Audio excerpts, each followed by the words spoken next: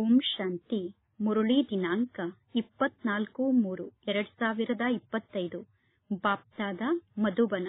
ಮಧುರ ಮಕ್ಕಳೇ, ಈ ಜ್ಞಾನ ನಿಮ್ಮನ್ನು ಶೀತಲರನ್ನಾಗಿ ಮಾಡುತ್ತದೆ.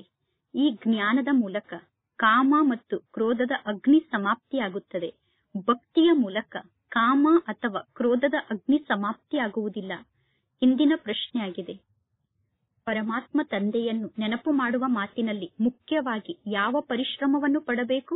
ಉತ್ತರ: ಪರಮಾತ್ಮ ತಂದೆಯ ನೆನಪಿನಲ್ಲಿ ಕುಳಿತಂತಹ ಸಮಯದಲ್ಲಿ ದೇಹದ ನೆನಪು ಬರಬಾರದು. ಆತ್ಮ ಅಭಿಮಾನಿಯಾಗಿ ಒಬ್ಬ ಪರಮಾತ್ಮ ತಂದೆಯನ್ನು ನೆನಪು ಮಾಡಿ. ಆತ್ಮ ಅಭಿಮಾನಿಯಾಗಿ ಪರಮಾತ್ಮ ತಂದೆಯನ್ನು ನೆನಪು ಮಾಡುವ ಮಾತಿನಲ್ಲೇ ಪರಿಶ್ರಮ ಇದೆ. ಆತ್ಮ ಅಭಿಮಾನಿಯಾಗಿ ಪರಮಾತ್ಮ ತಂದೆಯನ್ನು ನೆನಪು ಮಾಡುವಾಗ ಅನೇಕ ವಿಘ್ನಗಳು ಬರುತ್ತದೆ. ಏಕೆಂದರೆ ಅರ್ಧ ಕಲ್ಪದಿಂದ ದೇಹಾಭಿಮಾನಕ್ಕೆ ವಶ ಆಗಿದ್ದೇವೆ. ಅರ್ಧ ಕಲ್ಪದಿಂದ ದೇಹಾಭಿಮಾನದಲ್ಲಿ ಇದ್ದೆವು. ಭಕ್ತಿ ಅಂದರೆ ದೇಹದ ನೆನಪಾಗಿದೆ. ಓಂ ಶಾಂತಿ. ಈಗ ಮಕ್ಕಳಾದ ನಿಮಗೆ ಗೊತ್ತಿದೆ, ಪರಮಾತ್ಮ ತಂದೆಯನ್ನು ನೆನಪು ಮಾಡುವುದಕ್ಕೋಸ್ಕರ ಏಕಾಂತದ ಅವಶ್ಯಕತೆ ಬಹಳಷ್ಟು ಇದೆ. ಎಷ್ಟು ಜಾಸ್ತಿ ನೀವು ಏಕಾಂತದಲ್ಲಿ ಅಥವಾ ಶಾಂತಿಯಲ್ಲಿ ಪರಮಾತ್ಮ ತಂದೆಯನ್ನು ನೆನಪು ಮಾಡಲು ಸಾಧ್ಯ ಆಗುತ್ತದೆಯೋ ಅಷ್ಟು ಗುಂಪಿನಲ್ಲಿ ಪರಮಾತ್ಮ ತಂದೆಯನ್ನು ನೆನಪು ಮಾಡಲು ಸಾಧ್ಯ ಆಗುವುದಿಲ್ಲ. ಶಾಲೆಯಲ್ಲಿ ಮಕ್ಕಳು ಶಿಕ್ಷಣವನ್ನು ಕಲಿಯುತ್ತಾರೆ. ಶಾಲೆಯಲ್ಲಿ ಶಿಕ್ಷಣವನ್ನು ಕಲಿತ ನಂತರ ಪುನಃ ಏಕಾಂತದಲ್ಲಿ ಕುಳಿತು ಮಕ್ಕಳು ಶಿಕ್ಷಣವನ್ನು ಕಲಿಯುತ್ತಾರೆ. ಅದೇ ರೀತಿ ಈ ಜ್ಞಾನದ ಶಿಕ್ಷಣದಲ್ಲೂ ಕೂಡ ಏಕಾಂತದ ಅವಶ್ಯಕತೆ ಇದೆ. ನೀವು ಸುತ್ತಾಡುವುದಕ್ಕೋಸ್ಕರ ಹೋಗುತ್ತೀರಾ, ಆದರೆ ಈ ಜ್ಞಾನ ಮಾರ್ಗದಲ್ಲಿ ನೆನಪಿನ ಯಾತ್ರೆಯೇ ಮುಖ್ಯ ಆಗಿದೆ. ಶಿಕ್ಷಣ ಬಹಳ ಸಹಜ ಆಗಿದೆ. ಏಕೆಂದರೆ ಅರ್ಧ ಕಲ್ಪದಿಂದ ಮಾಯೆ ರಾಜ್ಯದಲ್ಲಿ ಬಂದಿರುವ ಕಾರಣ ನೀವು ದೇಹಾಭಿಮಾನಕ್ಕೆ ವಶ ಆಗುತ್ತೀರಾ. ನಿಮ್ಮ ಮೊಟ್ಟ ಮೊದಲನೆಯ ಶತ್ರು ಅಂದರೆ ದೇಹಾಭಿಮಾನ ಆಗಿದೆ. ಪರಮಾತ್ಮ ತಂದೆಯನ್ನು ನೆನಪು ಮಾಡುವ ಬದಲು ನೀವು ದೇಹವನ್ನು ನೆನಪು ಮಾಡುತ್ತೀರಾ. ಇದಕ್ಕೆ ದೇಹದ ಅಹಂಕಾರ ಎಂದು ಕರೆಯಲಾಗುತ್ತದೆ. ಇಲ್ಲಿ ಮಕ್ಕಳಾದ ನಿಮಗೆ ಆತ್ಮ ಅಭಿಮಾನಿಗಳಾಗಿ ಎಂದು ತಂದೆ ತಿಳಿಸುತ್ತಾರೆ. ಇಲ್ಲಿ ಆತ್ಮ ಅಭಿಮಾನಿ ಆಗುವ ಮಾತಿನಲ್ಲಿ ಬಹಳಷ್ಟು ಪರಿಶ್ರಮ ಇದೆ. ಈಗ ಭಕ್ತಿಯಿಂದ ನೀವು ಮುಕ್ತ ಆಗಿದ್ದೀರಾ. ಭಕ್ತಿ ಶರೀರದ ಜೊತೆಗೆ ಜೋಡಣೆ ಆಗುತ್ತದೆ. ಅಂದರೆ ಭಕ್ತಿಯಲ್ಲಿ ಶರೀರವನ್ನು ನೆನಪು ಮಾಡುತ್ತೀರಾ. ತೀರ್ಥಯಾತ್ರೆಗೆ ಹೋದರೂ ಕೂಡ ಭಕ್ತಿಯಲ್ಲಿ ಶರೀರದ ಮೂಲಕವೇ ಹೋಗಬೇಕಾಗುತ್ತದೆ.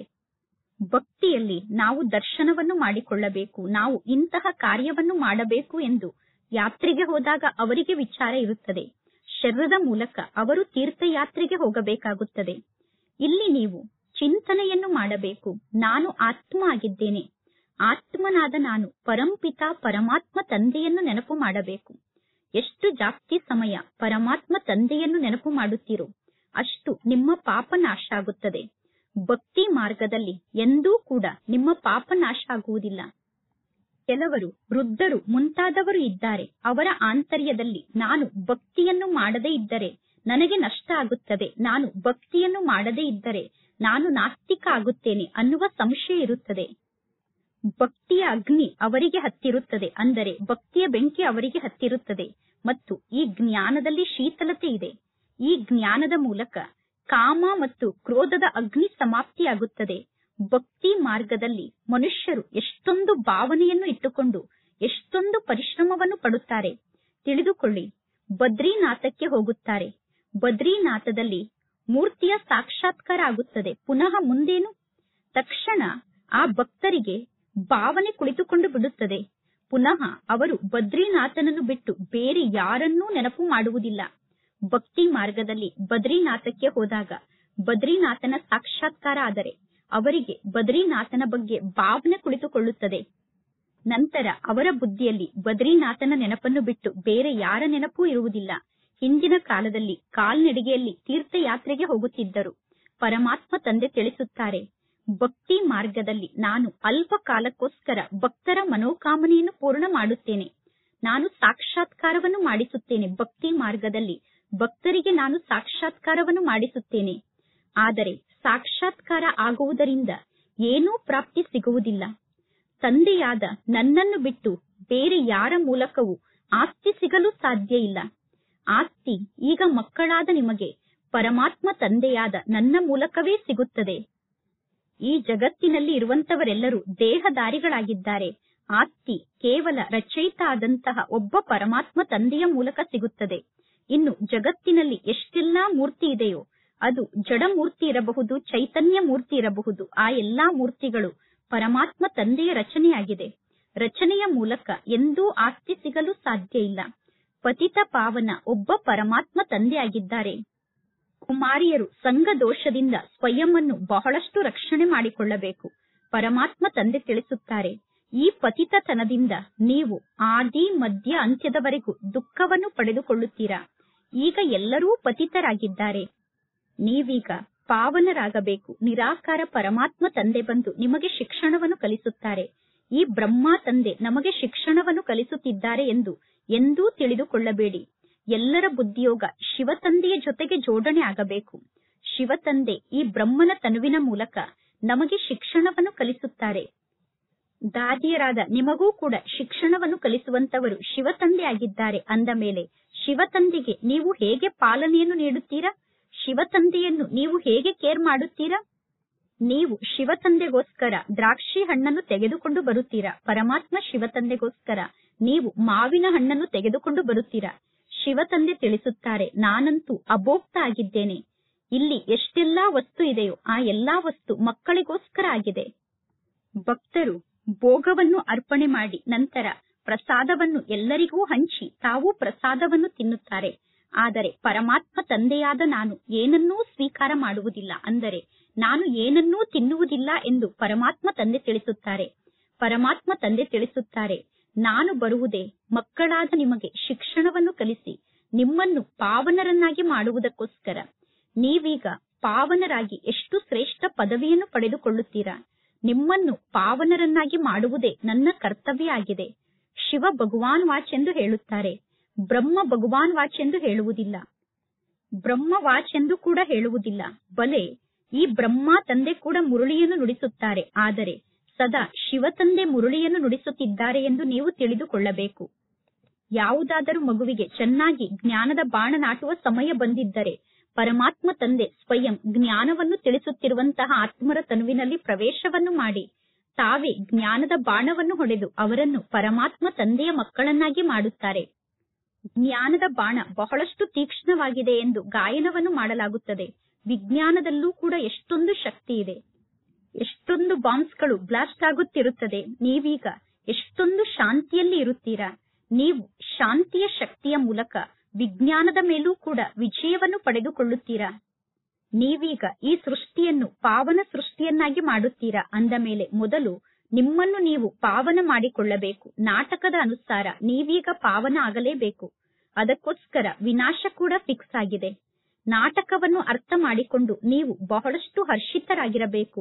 ಈಗ ನಾವೆಲ್ಲರೂ ನಮ್ಮ ಶಾಂತಿಧಾಮಕ್ಕೆ ವಾಪಸ್ ಹೋಗಬೇಕು. ಪರಮಾತ್ಮ ತಂದೆ ತಿಳಿಸುತ್ತಾರೆ, ಶಾಂತಿಧಾಮ ನಿಮ್ಮೆಲ್ಲರ ಮನೆಯಾಗಿದೆ. ಮನೆಗೆ ಖುಷಿಯಿಂದ ಹೋಗಬೇಕು ತಾನೆ. ಮನೆಗೆ ಹೋಗುವುದಕ್ಕೋಸ್ಕರ ಆತ್ಮ ಅಭಿಮಾನಿಯಾಗುವಂತಹ ಪರಿಶ್ರಮವನ್ನು ಬಹಳಷ್ಟು ಪಡಬೇಕು. ಈ ಜ್ಞಾನ ಮಾರ್ಗದಲ್ಲಿ ಆತ್ಮ ಅಭಿಮಾನಿಯಾಗಲು ನೀವು ಬಹಳಷ್ಟು ಪರಿಶ್ರಮವನ್ನು ಪಡಬೇಕು.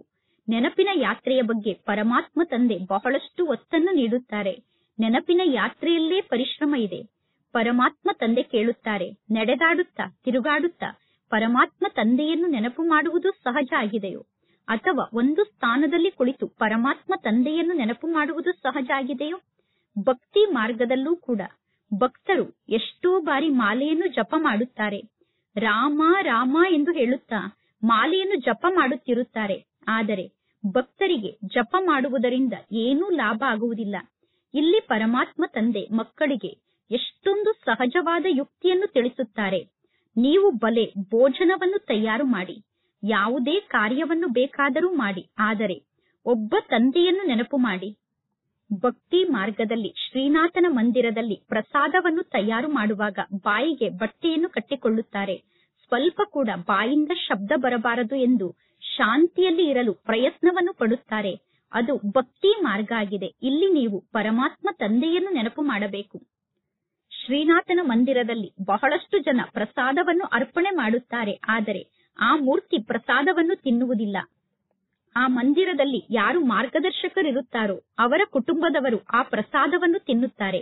ಇಲ್ಲಿ ನಿಮಗೆ ಗೊತ್ತಿದೆ, ನಮಗೆ ಶಿವತಂದೆ ಶಿಕ್ಷಣವನ್ನು ಕಲಿಸುತ್ತಿದ್ದಾರೆ. ಭಕ್ತಿ ಮಾರ್ಗದಲ್ಲಿ ನಮಗೆ ಶಿವತಂದೆ ಶಿಕ್ಷಣವನ್ನು ಕಲಿಸುತ್ತಿದ್ದಾರೆ ಎಂದು ಯಾರೂ ತಿಳಿದುಕೊಳ್ಳುವುದಿಲ್ಲ. ಬಲೆ ಶಿವ ಪುರಾಣವನ್ನು ನಿರ್ಮಾಣ ಮಾಡಿದ್ದಾರೆ. ಆದರೆ ಆ ಶಿವ ಪುರಾಣದಲ್ಲಿ ಶಿವ ಮತ್ತು ಪಾರ್ವತಿ, ಶಿವಶಂಕರ ಎಲ್ಲರೂ ಒಂದೇ ಎಂದು ಹೇಳುತ್ತಾರೆ. ಅಂದ ಮೇಲೆ ಆ ಶಿವಪುರಾಣವನ್ನು ಓದುವುದರಿಂದ ಏನೂ ಲಾಭ ಆಗುವುದಿಲ್ಲ. ಪ್ರತಿಯೊಬ್ಬರೂ ತಮ್ಮದೇ ಆದ ಶಾಸ್ತ್ರವನ್ನು ಓದಬೇಕು. ಭಾರತದ ನಿವಾಸಿಗಳ ಶಾಸ್ತ್ರ ಅಂದರೆ ಕೇವಲ ಒಂದೇ ಒಂದು ಭಗವದ್ಗೀತೆಯಾಗಿದೆ. ಕ್ರಿಶ್ಚಿಯನ್ನರಿಗೋಸ್ಕರ ಒಂದೇ ಒಂದು ಬೈಬಲ್ ಇದೆ. ಅಂದ ಮೇಲೆ ದೇವಿ ದೇವತಾ ಧರ್ಮದ ಶಾಸ್ತ್ರ ಭಗವದ್ಗೀತೆಯಾಗಿದೆ. ಭಗವದ್ಗೀತೆಯಲ್ಲಿ ಜ್ಞಾನ ಇದೆ. ಜ್ಞಾನದ ಶಿಕ್ಷಣವನ್ನೇ ಕಲಿಯಲಾಗುತ್ತದೆ. ಇಲ್ಲಿ ನೀವು ಕೂಡ ಜ್ಞಾನದ ಶಿಕ್ಷಣವನ್ನು ಕಲಿಯಬೇಕು. ಇನ್ನು ಯುದ್ಧದ ಮಾತಿನ ಪುಸ್ತಕ ಏನಿದೆ, ಆ ಯುದ್ಧದ ಮಾತಿನ ಪುಸ್ತಕ ನಿಮ್ಮ ಕೆಲಸಕ್ಕೆ ಬರುವುದಿಲ್ಲ. ನಾವೀಗ ಯೋಗ ಬಲ ಉಳ್ಳಂತಹ ಆತ್ಮರಾಗಿದ್ದೇವೆ. ಯೋಗದ ಶಕ್ತಿ ಇರುವಂತಹ ನಾವು ಬಾಹುಬಲ ಉಳ್ಳಂತಹ ವ್ಯಕ್ತಿಗಳ ಕಥೆಯನ್ನು ಏಕೆ ಕೇಳಬೇಕು? ವಾಸ್ತವದಲ್ಲಿ ಇಲ್ಲಿ ನಾವು ಯುದ್ಧವನ್ನು ಮಾಡುತ್ತಿಲ್ಲ. ನೀವು ಯೋಗ ಬಲದ ಮೂಲಕ ಪಂಚವಿಕಾರದ ಮೇಲೆ ವಿಜಯವನ್ನು ಪಡೆದುಕೊಳ್ಳುತ್ತೀರಾ. ಪಂಚವಿಕಾರದ ಜೊತೆಗೆ ನಿಮ್ಮ ಯುದ್ಧ ನಡೆಯುತ್ತಿದೆ. ಜಗತ್ತಿನಲ್ಲಿ ಮನುಷ್ಯರ ಜೊತೆಗೆ ಯುದ್ಧವನ್ನು ಮಾಡುತ್ತಾರೆ. ಇಲ್ಲಿ ನೀವು ವಿಕಾರಗಳ ಜೊತೆಗೆ ಯುದ್ಧವನ್ನು ಮಾಡುತ್ತೀರಾ. ಈ ಮಾತನ್ನು ಸನ್ಯಾಸಿಗಳು ಮುಂತಾದವರು ಅರ್ಥ ಮಾಡಿಕೊಳ್ಳಲು ಸಾಧ್ಯ ಇಲ್ಲ. ಪರಮಾತ್ಮ ತಂದೆ ಇಲ್ಲಿ ನಿಮಗೆ ಯಾವುದೇ ಪ್ರಕಾರದ ಡ್ರಿಲ್ ಅನ್ನು ಕಲಿಸುತ್ತಿಲ್ಲ. ಇಲ್ಲಿ ಒಂದೇ ಪ್ರಕಾರದ ಡ್ರಿಲ್ ಅನ್ನು ಮಾಡಲಾಗುತ್ತದೆ. ನಿಮ್ಮ ಡ್ರಿಲ್ ಅಂದರೆ ಯೋಗ ಬಲ ಆಗಿದೆ. ನೆನಪಿನ ಶಕ್ತಿಯ ಮೂಲಕ ನೀವು ಪಂಚವಿಕಾರದ ಮೇಲೆ ವಿಜಯವನ್ನು ಪಡೆದುಕೊಳ್ಳುತ್ತೀರಾ. ಈ ಪಂಚವಿಕಾರ ನಿಮ್ಮ ಶತ್ರು ಆಗಿದೆ. ಅದರಲ್ಲೂ ಕೂಡ ನಂಬರ್ 1 ಶತ್ರು ದೇಹಾಭಿಮಾನ ಆಗಿದೆ. ಪರಮಾತ್ಮ ತಂದೆ ತಿಳಿಸುತ್ತಾರೆ, ನೀವು ಆತ್ಮ ಆಗಿದ್ದೀರಾ. ಆತ್ಮರಾದ ನೀವು ಪರಮಧಾಮದಿಂದ ಈ ಸೃಷ್ಟಿಗೆ ಬರುತ್ತೀರಾ. ಪರಮಧಾಮದಿಂದ ಬಂದು ಆತ್ಮ ತಾಯಿಯ ಗರ್ಭದಲ್ಲಿ ಪ್ರವೇಶವನ್ನು ಮಾಡುತ್ತದೆ. ನಾನು ಕೂಡ ಈ ಬ್ರಹ್ಮನ ಶರೀರದಲ್ಲಿ ವಿರಾಜಮಾನ ಆಗಿದ್ದೇನೆ ಎಂದು ಪರಮಾತ್ಮ ತಂದೆ ತಿಳಿಸುತ್ತಾರೆ. ನಾನು ಯಾರ ಗರ್ಭದಲ್ಲೂ ಪ್ರವೇಶವನ್ನು ಮಾಡುವುದಿಲ್ಲ ಎಂದು ಪರಮಾತ್ಮ ತಂದೆ ತಿಳಿಸುತ್ತಾರೆ. ಸತ್ಯಯುಗದಲ್ಲಿ ಗರ್ಭ ಮಹಲ್ನಲ್ಲಿ ನೀವು ನಿವಾಸವನ್ನು ಮಾಡುತ್ತೀರಾ. ಪುನಃ ರಾವಣ ರಾಜ್ಯದಲ್ಲಿ ನೀವು ಗರ್ಭ ಜೈಲಿಗೆ ಹೋಗುತ್ತೀರಾ. ನಾನೀಗ ಈ ಬ್ರಹ್ಮನ ತನುವಿನಲ್ಲಿ ಪ್ರವೇಶವನ್ನು ಮಾಡಿದ್ದೇನೆ. ಈ ಜನ್ಮಕ್ಕೆ ದಿವ್ಯ ಜನ್ಮ ಎಂದು ಕರೆಯಲಾಗುತ್ತದೆ. ಪರಮಾತ್ಮ ತಂದೆಯ ಜನ್ಮಕ್ಕೆ ದಿವ್ಯ ಜನ್ಮ ಎಂದು ಕರೆಯಲಾಗುತ್ತದೆ. ನಾಟಕದ ಅನುಸಾರ ಪರಮಾತ್ಮ ತಂದೆ ಈ ಬ್ರಹ್ಮನ ತನುವಿನಲ್ಲೇ ಪ್ರವೇಶವನ್ನು ಮಾಡಬೇಕಾಗುತ್ತದೆ. ಪರಮಾತ್ಮ ತಂದೆ ಬ್ರಹ್ಮನ ತನುವಿನಲ್ಲಿ ಪ್ರವೇಶವನ್ನು ಮಾಡಿ ಇವರಿಗೆ ಬ್ರಹ್ಮ ಎಂದು ಹೆಸರನ್ನು ಇಡುತ್ತಾರೆ. ಏಕೆಂದರೆ ಈ ಬ್ರಹ್ಮ ತಂದೆ ಶಿವ ತಂದೆಗೆ ಮಗು ಆಗಿದ್ದಾರೆ. ಯಾರೆಲ್ಲ ಪರಮಾತ್ಮ ತಂದೆಗೆ ದತ್ತು ಮಕ್ಕಳಾಗುತ್ತಾರೋ ಪರಮಾತ್ಮ ತಂದೆ ಆ ದತ್ತು ಮಕ್ಕಳಿಗೆ ಎಷ್ಟು ಒಳ್ಳೆಯ ಹೆಸರನ್ನು ಇಡುತ್ತಾರೆ. ಪರಮಾತ್ಮ ತಂದೆ ಮಕ್ಕಳಾದ ನಿಮಗೆ ಎಷ್ಟು ಒಳ್ಳೆಯ ಹೆಸರನ್ನು ಇಟ್ಟಿದ್ದರು. ಆ ಹೆಸರಿನ ಲೀಸ್ಟ್ ಬಹಳಷ್ಟು ಅದ್ಭುತವಾಗಿತ್ತು. ಸಂದೇಶಿಯ ಮೂಲಕ ಆ ಹೆಸರಿನ ಲೀಸ್ಟ್ ಬಂದಿತ್ತು. ಬಾಬಾರವರಿಗೆ ಆ ಎಲ್ಲಾ ಹೆಸರು ನೆನಪಿನಲ್ಲಿ ಇಲ್ಲ. ಹೆಸರಿನಿಂದ ಯಾವ ಕೆಲಸವೂ ಆಗುವುದಿಲ್ಲ. ಶರೀರಕ್ಕೆ ಹೆಸರನ್ನು ಇಡಲಾಗುತ್ತದೆ. ಈಗ ಪರಮಾತ್ಮ ತಂದೆ ತಿಳಿಸುತ್ತಾರೆ, ನೀವು ಸ್ವಯಂ ಅನ್ನು ಆತ್ಮ ಎಂದು ತಿಳಿದುಕೊಳ್ಳಿ ಮತ್ತು ತಂದೆಯಾದ ನನ್ನನ್ನು ನೆನಪು ಮಾಡಿ. ನೀವು ತಂದೆಯಾದ ನನ್ನನ್ನು ನೆನಪು ಮಾಡಿದರೆ ಸಾಕು. ನಿಮಗೆ ಗೊತ್ತಿದೆ, ನಾವೀಗ ಪೂಜ್ಯ ದೇವತೆಗಳಾಗುತ್ತೇವೆ. ನಂತರ ನಾವೇ ರಾಜ್ಯವನ್ನು ಆಳುತ್ತೇವೆ. ಪುನಃ ಭಕ್ತಿ ಮಾರ್ಗದಲ್ಲಿ ನಾವೇ ದೇವತೆಗಳ ಚಿತ್ರವನ್ನು ನಿರ್ಮಾಣ ಮಾಡುತ್ತೇವೆ. ದೇವಿಯರ ಚಿತ್ರವನ್ನು ಬಹಳಷ್ಟು ನಿರ್ಮಾಣ ಮಾಡುತ್ತಾರೆ. ಆತ್ಮರ ಪೂಜೆ ಕೂಡ ನಡೆಯುತ್ತದೆ. ಮಣ್ಣಿನ ಸಾಲಿಗ್ರಾಮವನ್ನು ನಿರ್ಮಾಣ ಮಾಡುತ್ತಾರೆ. ನಂತರ ಪೂಜೆಯನ್ನು ಮಾಡಿ ರಾತ್ರಿ ಆದ ತಕ್ಷಣ ಆ ಮಣ್ಣಿನ ಸಾಲಿಗ್ರಾಮವನ್ನು ಒಡೆದು ಹಾಕುತ್ತಾರೆ. ದೇವಿಯರ ಮೂರ್ತಿಯನ್ನು ಕೂಡ ಬಹಳಷ್ಟು ಶೃಂಗಾರ ಮಾಡಿ ಆ ಮೂರ್ತಿಗೆ ಪೂಜೆಯನ್ನು ಮಾಡಿ ನಂತರ ಆ ಮೂರ್ತಿಯನ್ನು ಸಮುದ್ರದಲ್ಲಿ ಮುಳುಗಿಸಿ ಬಿಡುತ್ತಾರೆ. ಪರಮಾತ್ಮ ತಂದೆ ತಿಳಿಸುತ್ತಾರೆ, ನನ್ನ ರೂಪವನ್ನು ನಿರ್ಮಾಣ ಮಾಡಿ, ಅಂದರೆ ನನ್ನ ರೂಪದ ಲಿಂಗುವನ್ನು ನಿರ್ಮಾಣ ಮಾಡಿ ಆ ಲಿಂಗುವಿಗೆ ಊಟವನ್ನು ಮಾಡಿಸಿ ಪಾನೀಯವನ್ನು ಕುಡಿಸಿ ಪುನಃ ನನ್ನನ್ನು ಕಲ್ಲು ಮಣ್ಣಿನಲ್ಲಿ ಇದ್ದಾರೆ ಎಂದು ಹೇಳುತ್ತಾರೆ. ಪರಮಾತ್ಮ ತಂದೆ ತಿಳಿಸುತ್ತಾರೆ, ಎಲ್ಲರಿಗಿಂತ ಜಾಸ್ತಿ ನನ್ನ ದುರ್ದಶೆಯಾಗಿದೆ. ಅಂದರೆ ಎಲ್ಲರಿಗಿಂತ ಜಾಸ್ತಿ ಪರಮಾತ್ಮ ತಂದೆಯನ್ನು ಕನಿಷ್ಠ ರೂಪದಲ್ಲಿ ತೋರಿಸುತ್ತಾರೆ. ಆದ್ದರಿಂದ ಈಗ ನೀವು ಎಷ್ಟೊಂದು ಬಡವರಾಗಿದ್ದೀರಾ. ಬಡವರಾದ ನೀವೇ ಪುನಃ ಶ್ರೇಷ್ಠ ಪದವಿಯನ್ನು ಪಡೆದುಕೊಳ್ಳುತ್ತೀರಾ. ಶ್ರೀಮಂತರು ಬಹಳ ಕಷ್ಟಪಟ್ಟರೆ ಎಲ್ಲೋ ಒಬ್ಬರು ಈ ಜ್ಞಾನವನ್ನು ಪಡೆದುಕೊಳ್ಳುತ್ತಾರೆ. ಅಂದರೆ ಎಲ್ಲೋ ಒಬ್ಬ ಶ್ರೀಮಂತರು ಕಷ್ಟಪಟ್ಟು ಈ ಜ್ಞಾನ ಮಾರ್ಗಕ್ಕೆ ಬರುತ್ತಾರೆ. ಪರಮಾತ್ಮ ತಂದೆ ಶ್ರೀಮಂತರ ಬಳಿ ಇರುವಂತಹ ಇಷ್ಟೊಂದು ಹಣವನ್ನು ತೆಗೆದುಕೊಂಡಾದರೂ ಏನನ್ನು ಮಾಡಬೇಕು? ಇಲ್ಲಿ ಪರಮಾತ್ಮ ತಂದೆ ತಿಳಿಸುತ್ತಾರೆ, ಮಕ್ಕಳ ಒಂದು ಹನಿ ಹಣದಿಂದ ಇಲ್ಲಿ ಮನೆ ನಿರ್ಮಾಣ ಆಗುತ್ತದೆ. ಅಂದರೆ ಮಕ್ಕಳ ಒಂದೊಂದು ಹನಿಯಿಂದ ಇಲ್ಲಿ ಪರಮಾತ್ಮ ತಂದೆಯ ಮನೆ ನಿರ್ಮಾಣ ಆಗುತ್ತದೆ. ಪರಮಾತ್ಮ ತಂದೆಗೆ ಮಕ್ಕಳು ತಿಳಿಸುತ್ತಾರೆ, ಬಾಬಾ, ನನ್ನ ಒಂದು ಇಟ್ಟಿಗೆಯನ್ನು ನಿಮ್ಮ ಭವನದ ನಿರ್ಮಾಣದ ಕಾರ್ಯದಲ್ಲಿ ತೊಡಗಿಸಿ ಎಂದು. ಮಕ್ಕಳಿಗೆ ಗೊತ್ತಿದೆ, ಪರಮಾತ್ಮ ತಂದೆ ರಿಟರ್ನ್ ಆಗಿ ನನಗೆ ಚಿನ್ನ ಮತ್ತು ಬೆಳ್ಳಿಯ ಮಹಲನ್ನು ನೀಡುತ್ತಾರೆ ಎಂದು. ಈಗ ಒಂದು ಇಟ್ಟಿಗೆಯನ್ನು ನಾನು ಈಶ್ವರನ ಕಾರ್ಯದಲ್ಲಿ ತೊಡಗಿಸಿದರೆ ನನಗೆ ರಿಟರ್ನ್ ಆಗಿ ಚಿನ್ನ ಮತ್ತು ಬೆಳ್ಳಿಯ ಮಹಲ್ ಸಿಗುತ್ತದೆ ಎಂದು ಮಕ್ಕಳಿಗೆ ಗೊತ್ತಿದೆ. ಸತ್ಯುಗದಲ್ಲಿ ಅಪಾರ ಚಿನ್ನ ಇರುತ್ತದೆ, ಚಿನ್ನದ ಇಟ್ಟಿಗೆ ಕೂಡ ಇರುತ್ತದೆ. ಆದ್ದರಿಂದ ಸತ್ಯುಗದಲ್ಲಿ ಚಿನ್ನದ ಇಟ್ಟಿಗೆಯಿಂದ ಮನೆಯನ್ನು ನಿರ್ಮಾಣ ಮಾಡುತ್ತಾರೆ. ಅಂದ ಮೇಲೆ ಪರಮಾತ್ಮ ತಂದೆ, ಮಧುರಾತಿ ಮಧುರ ಮಕ್ಕಳೇ, ತಂದೆಯಾದ ನನ್ನನ್ನು ನೀವೀಗ ನೆನಪು ಮಾಡಿ, ಈಗ ಈ ನಾಟಕ ಪೂರ್ಣ ಆಗುತ್ತದೆ ಎಂದು ಎಷ್ಟೊಂದು ಪ್ರೀತಿಯಿಂದ ಮಕ್ಕಳಿಗೆ ತಿಳಿಸುತ್ತಾರೆ. ಪರಮಾತ್ಮ ತಂದೆ ಬಡ ಮಕ್ಕಳಿಗೆ ಶ್ರೀಮಂತರಾಗುವ ಯುಕ್ತಿಯನ್ನು ತಿಳಿಸುತ್ತಾರೆ. ಮಧುರ ಮಕ್ಕಳೇ, ನಿಮ್ಮ ಬಳಿ ಏನೆಲ್ಲ ಇದೆಯೋ ಆ ಸರ್ವಸ್ವವನ್ನು ನನಗೆ ಟ್ರಾನ್ಸ್ಫರ್ ಮಾಡಿ. ಈಗ ಈ ಜಗತ್ತಿನಲ್ಲಿ ಏನೂ ಉಳಿಯುವುದಿಲ್ಲ. ಈ ಜಗತ್ತಿನಲ್ಲಿ ಏನೆಲ್ಲ ಇದೆಯೋ ಅದ್ಯಾವುದೂ ಉಳಿಯುವುದಿಲ್ಲ.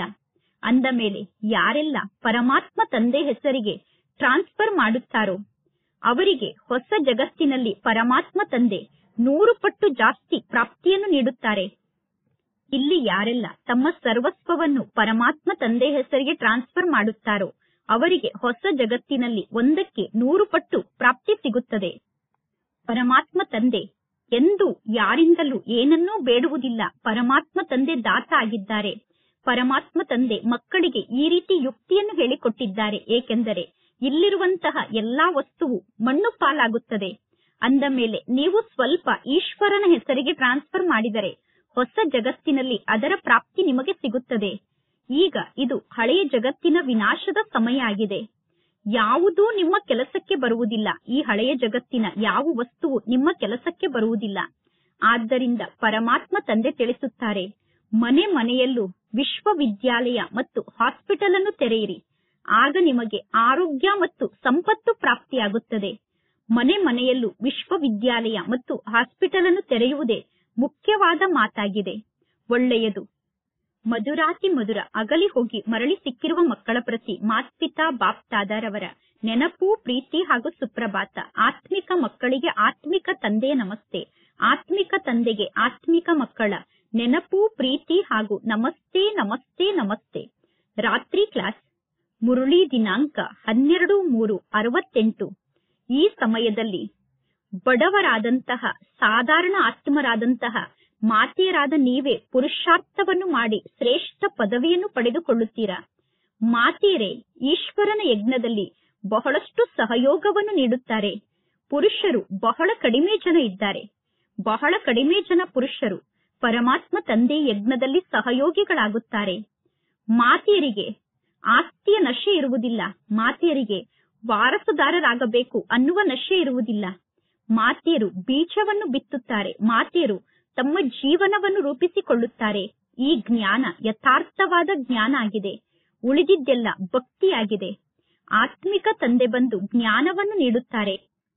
ಪರಮಾತ್ಮ ತಂದೆಯನ್ನು ಅರ್ಥ ಮಾಡಿಕೊಂಡರೆ ಅವಶ್ಯವಾಗಿ ತಂದೆಯ ಮೂಲಕ ಆಸ್ತಿಯನ್ನು ಪಡೆದುಕೊಳ್ಳುತ್ತೀರಾ. ಪರಮಾತ್ಮ ತಂದೆ ಮಕ್ಕಳಾದ ನಿಮ್ಮ ಮೂಲಕ ಪುರುಷಾರ್ಥವನ್ನು ಮಾಡಿಸುತ್ತಿರುತ್ತಾರೆ ಮತ್ತು ಮಕ್ಕಳಿಗೆ ಜ್ಞಾನವನ್ನು ತಿಳಿಸುತ್ತಿರುತ್ತಾರೆ. ಪರಮಾತ್ಮ ತಂದೆ ತಿಳಿಸುತ್ತಾರೆ, ಮಕ್ಕಳೇ, ಸಮಯವನ್ನು ವ್ಯರ್ಥವಾಗಿ ಕಳೆಯಬೇಡಿ. ಪರಮಾತ್ಮ ತಂದೆಗೆ ಗೊತ್ತಿದೆ ಯಾರು ಬಹಳ ಒಳ್ಳೆಯ ಪುರುಷಾರ್ಥಿಗಳಾಗಿದ್ದಾರೆ, ಯಾರು ಮಧ್ಯಮದ ಪುರುಷಾರ್ಥಿಗಳಾಗಿದ್ದಾರೆ, ಯಾರು 3rd ನಂಬರ್ನ ಪುರುಷಾರ್ಥಿಗಳಾಗಿದ್ದಾರೆ ಎಂದು. ನೀವು ಪರಮಾತ್ಮ ತಂದೆಯನ್ನು ಕೇಳಿದರೆ ಪರಮಾತ್ಮ ತಂದೆ ತಕ್ಷಣ ತಿಳಿಸುತ್ತಾರೆ, ನೀವು 1st ನಂಬರ್ನ ಪುರುಷಾರ್ಥಿಯಾಗಿದ್ದೀರೋ ಅಥವಾ 2nd ನಂಬರ್ನ ಪುರುಷಾರ್ಥಿಯಾಗಿದ್ದೀರೋ ಅಥವಾ 3rd ನಂಬರ್ನ ಪುರುಷಾರ್ಥಿಯಾಗಿದ್ದೀರೋ ಎಂದು. ಪರಮಾತ್ಮ ತಂದೆ ತಿಳಿಸುತ್ತಾರೆ, ನೀವು ಯಾರಿಗೂ ಜ್ಞಾನವನ್ನು ತಿಳಿಸುತ್ತಿಲ್ಲ ಅಂದರೆ ನೀವು 3rd ಕ್ಲಾಸ್ ಆತ್ಮರಾಗಿದ್ದೀರಾ ಎಂದು ಅರ್ಥ. ಸಾಕ್ಷಿಯನ್ನು ತೋರಿಸದೇ ಇದ್ದರೆ ಪರಮಾತ್ಮ ತಂದೆ ಅವಶ್ಯವಾಗಿ ನಿಮಗೆ 3rd ಕ್ಲಾಸ್ ಎಂದು ಕರೆಯುತ್ತಾರೆ. ಪರಮಾತ್ಮ ತಂದೆ ಬಂದು ಯಾವ ಜ್ಞಾನದ ಶಿಕ್ಷಣವನ್ನು ಕಲಿಸುತ್ತಿದ್ದಾರೋ ಆ ಜ್ಞಾನದ ಶಿಕ್ಷಣ ಪುನಃ ಪ್ರಾಯಲೋಪ ಆಗುತ್ತದೆ. ಅಂದ ಮೇಲೆ ಈ ಜ್ಞಾನದ ಮಾತು ಜಗತ್ತಿನಲ್ಲಿ ಯಾರಿಗೂ ಗೊತ್ತಿಲ್ಲ. ನಾಟಕದ ಪ್ಲಾನ್ನ ಅನುಸಾರ ಭಕ್ತಿ ಮಾರ್ಗ ಕೂಡ ನಡೆಯಲೇಬೇಕು. ಆದರೆ ಭಕ್ತಿಯ ಮೂಲಕ ಯಾರು ತಂದೆಯಾದ ನನ್ನನ್ನು ಪ್ರಾಪ್ತಿ ಮಾಡಿಕೊಳ್ಳಲು ಸಾಧ್ಯ ಇಲ್ಲ. ಭಕ್ತಿಯ ಮೂಲಕ ಯಾರು ಸತ್ಯುಗಕ್ಕೆ ಹೋಗಲು ಸಾಧ್ಯ ಇಲ್ಲ. ಈಗ ಮಕ್ಕಳಾದ ನೀವು ಪುರುಷಾರ್ಥವನ್ನು ಮಾಡುತ್ತಿದ್ದೀರಾ. ಕಲ್ಪದ ಮೊದಲು ಯಾರು ಎಷ್ಟು ಪುರುಷಾರ್ಥವನ್ನು ಮಾಡಿದ್ದರೋ ಈಗಲೂ ಅವರು ಅಷ್ಟೇ ಪುರುಷಾರ್ಥವನ್ನು ಮಾಡುತ್ತಿರುತ್ತಾರೆ. ಪರಮಾತ್ಮ ತಂದೆ ಸ್ವಯಂ ತಿಳಿದುಕೊಳ್ಳುತ್ತಾರೆ ಯಾರು ಸ್ವಯಂನ ಕಲ್ಯಾಣವನ್ನು ಮಾಡಿಕೊಳ್ಳಬಹುದು ಎಂದು. ಯಾರು ಸ್ವಯಂನ ಕಲ್ಯಾಣವನ್ನು ಮಾಡಿಕೊಳ್ಳುತ್ತಿದ್ದಾರೆ ಎಂದು ತಂದೆ ಸ್ವಯಂ ತಿಳಿದುಕೊಳ್ಳುತ್ತಾರೆ. ಪರಮಾತ್ಮ ತಂದೆ ತಿಳಿಸುತ್ತಾರೆ, ಪ್ರತಿದಿನ ಈ ಲಕ್ಷ್ಮೀ ನಾರಾಯಣರ ಚಿತ್ರದ ಸಮ್ಮುಖಕ್ಕೆ ಹೋಗಿ ಕುಳಿತುಕೊಳ್ಳಿ. ಬಾಬಾ ನಿಮ್ಮ ಶ್ರೀಮತದಂತೆ ನಡೆದು ಅವಶ್ಯವಾಗಿ ಈ ಲಕ್ಷ್ಮೀ ನಾರಾಯಣ ಆಗುವಂತಹ ಆಸ್ತಿಯನ್ನು ನಾನು ಪಡೆದುಕೊಳ್ಳುತ್ತೇನೆ ಎಂದು ತಂದೆಗೆ ಹೇಳಬೇಕು. ಅನೇಕರನ್ನು ನಿಮ್ಮ ಸಮಾನ ಮಾಡಿಕೊಳ್ಳುವಂತಹ ಸೇವೆಯ ಆಸಕ್ತಿ ಮಕ್ಕಳಿಗೆ ಅವಶ್ಯವಾಗಿ ಇರಬೇಕು. ಸೆಂಟರ್ನಲ್ಲಿ ಇರುವಂತಹ ಮಕ್ಕಳಿಗೆ ಪರಮಾತ್ಮ ತಂದೆ ಪತ್ರವನ್ನು ಬರೆಯುತ್ತಾರೆ, ಇಷ್ಟು ವರ್ಷದಿಂದ ಜ್ಞಾನದ ಶಿಕ್ಷಣವನ್ನು ಕಲಿಯುತ್ತಿದ್ದೀರಾ, ಆದರೆ ಅನ್ಯರಿಗೆ ನೀವು ಜ್ಞಾನದ ಶಿಕ್ಷಣವನ್ನು ಕಲಿಸುತ್ತಿಲ್ಲ ಅಂದರೆ, ಯಾರಿಗೂ ನೀವು ಶಿಕ್ಷಣವನ್ನು ಕಲಿಸುತ್ತಿಲ್ಲ ಅಂದರೆ ನೀವು ಇಷ್ಟು ವರ್ಷ ಏನು ಶಿಕ್ಷಣವನ್ನು ಕಲಿತಿದ್ದೀರಾ? ಮಕ್ಕಳು ಸ್ವಯಂನ ಉನ್ನತಿಯನ್ನು ಮಾಡಿಕೊಳ್ಳಬೇಕು. ಬುದ್ಧಿಯಲ್ಲಿ ಇಡೀ ದಿನ ಸೇವೆಯ ವಿಚಾರ ನಡೆಯುತ್ತಿರಬೇಕು. ನೀವೀಗ ವಾನಪ್ರಸ್ಥಿಗಳಾಗಿದ್ದೀರಾ. ವಾನಪ್ರಸ್ಥಿಗಳ ಆಶ್ರಮ ಕೂಡ ಇರುತ್ತದೆ ತಾನೆ. ವಾನಪ್ರಸ್ಥಿಗಳ ಬಳಿ ನೀವೀಗ ಹೋಗಬೇಕು. ಸಾಯುವುದಕ್ಕಿಂತ ಮೊದಲೇ ಎಲ್ಲರಿಗೂ ಗುರಿಯ ಬಗ್ಗೆ ತಿಳಿಸಬೇಕು. ವಾಣಿಯಿಂದ ದೂರಾಗಿ ಆತ್ಮರಾದ ನೀವು ಹೇಗೆ ವಾಪಸ್ ಮನೆಗೆ ಹೋಗುತ್ತೀರಾ? ಪತಿತ ಆತ್ಮರು ವಾಪಸ್ ಮನೆಗೆ ಹೋಗಲು ಸಾಧ್ಯ ಇಲ್ಲ. ಭಗವಾನ್ ವಾಚಾಗಿದೆ, ತಂದೆಯಾದ ನನ್ನನ್ನು ನೀವು ನೆನಪು ಮಾಡಿ, ಆಗ ನೀವು ವಾನಪ್ರಸ್ಥಕ್ಕೆ ಹೋಗುತ್ತೀರಾ. ಬನಾರಸ್ನಲ್ಲಿ ಬಹಳಷ್ಟು ಸೇವೆ ಇದೆ, ಕಾಶಿಯಲ್ಲಿ ಬಹಳಷ್ಟು ಸೇವೆ ಇದೆ. ಬಹಳಷ್ಟು ಜನ ಸಾಧು ಸಂತರು ಕಾಶಿಯಲ್ಲಿ ಬಂದು ನಿವಾಸವನ್ನು ಮಾಡುತ್ತಾರೆ. ಇಡೀ ದಿನ ಶಿವಕಾಶಿ, ವಿಶ್ವನಾಥ, ಗಂಗಾ ಎಂದು ಹೇಳುತ್ತಿರುತ್ತಾರೆ. ನಿಮಗೆ ಆಂತರ್ಯದಲ್ಲಿ ಬಹಳಷ್ಟು ಖುಷಿ ಇರಬೇಕು. ನೀವೀಗ ಆಂತರ್ಯದಲ್ಲಿ ಖುಷಿಯಿಂದ ಚಪ್ಪಾಳೆಯನ್ನು ತಟ್ಟುತ್ತಿರಬೇಕು. ನೀವೆಲ್ಲರೂ ವಿದ್ಯಾರ್ಥಿಗಳಾಗಿದ್ದೀರಾ. ನೀವು ಸೇವೆಯನ್ನು ಮಾಡುತ್ತೀರಾ. ನೀವು ಶಿಕ್ಷಣವನ್ನು ಕೂಡ ಕಲಿಯುತ್ತೀರಾ. ನೀವೀಗ ಪರಮಾತ್ಮ ತಂದೆಯನ್ನು ನೆನಪು ಮಾಡಬೇಕು ಮತ್ತು ತಂದೆಯ ಮೂಲಕ ಆಸ್ತಿಯನ್ನು ಪಡೆದುಕೊಳ್ಳಬೇಕು. ನಾವೀಗ ಶಿವ ತಂದೆಯ ಬಳಿ ಹೋಗುತ್ತೇವೆ. ಇದು ಮನ್ಮನಾಭವ ಅನ್ನುವ ಮಂತ್ರ ಆಗಿದೆ. ಆದರೆ ಅನೇಕರಿಗೆ ಮನ್ಮನಾಭವ ಅನ್ನುವ ಶಬ್ದ ನೆನಪಿನಲ್ಲಿ ಇರುವುದಿಲ್ಲ. ಅಂದರೆ ಪರಮಾತ್ಮ ತಂದೆಯನ್ನು ನೆನಪು ಮಾಡಬೇಕು ಅನ್ನುವುದು ಅನೇಕರಿಗೆ ನೆನಪಿನಲ್ಲಿ ಇರುವುದಿಲ್ಲ. ಇಡೀ ದಿನ ಅಲ್ಲಸಲ್ಲದ ವ್ಯರ್ಥ ಮಾತನ್ನು ಮಾತನಾಡುತ್ತಿರುತ್ತಾರೆ. ಮುಖ್ಯ ಮಾತು ಅಂದರೆ ತಂದೆಯ ನೆನಪಾಗಿದೆ. ನೆನಪಿನ ಮೂಲಕ ಖುಷಿ ಪ್ರಾಪ್ತಿಯಾಗುತ್ತದೆ. ತಂದೆಯ ನೆನಪೇ ನಮಗೆ ಖುಷಿಯ ಅನುಭವವನ್ನು ಮಾಡಿಸುತ್ತದೆ. ಅನೇಕರು ಬಯಸುತ್ತಾರೆ ವಿಶ್ವದಲ್ಲಿ ಶಾಂತಿ ಸ್ಥಾಪನೆ ಆಗಬೇಕು ಎಂದು. ಇಡೀ ವಿಶ್ವದಲ್ಲಿ ಶಾಂತಿ ಸ್ಥಾಪನೆ ಆಗಬೇಕು ಎಂದು ಎಲ್ಲರೂ ಹೇಳುತ್ತಾರೆ.